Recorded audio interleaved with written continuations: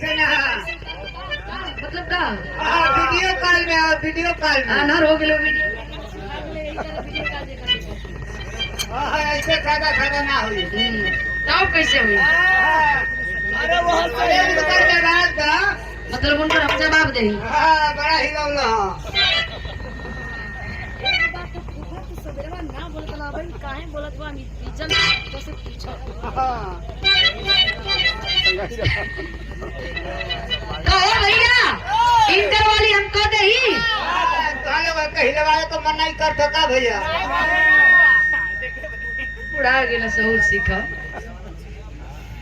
जवाब दे दे भैया। अरे तोरा तो नहीं बोल सकेलू जा। हाँ बस तू ये चार जनी देखो हमारा जवाब नहीं देवे अबे हिले हिले तेरी रे यार कावन छी महे काला हो माइक ना गिरी गिरी तो बहे लगी ए गंदा आदमी एकदम का बहे लगी चनुआर का पार में खून बहे लगी भैया। पानी करे एक बार कपार मनले से काम चल जाई नहीं आओ भैया बदल नहीं तरह आई आई तू इन कहां दिया वो गई पूरा डेकोरेट बोला कन्या ऊपर नीचे सेट बोला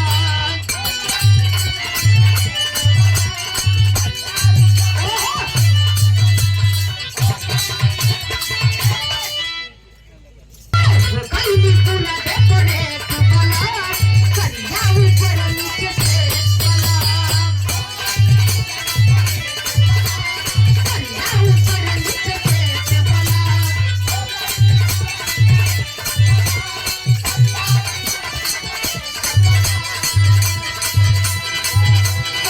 तेरी बेल करके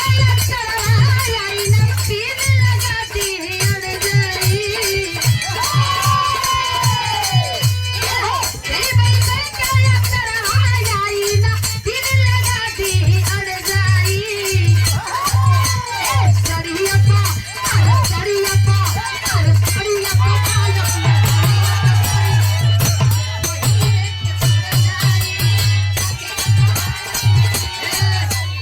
बस देर ना पाँच दे मार हाथ दे रुक जा का रुक जा पावर ब्रेक हो पावरो ब्रेक लेके चले लो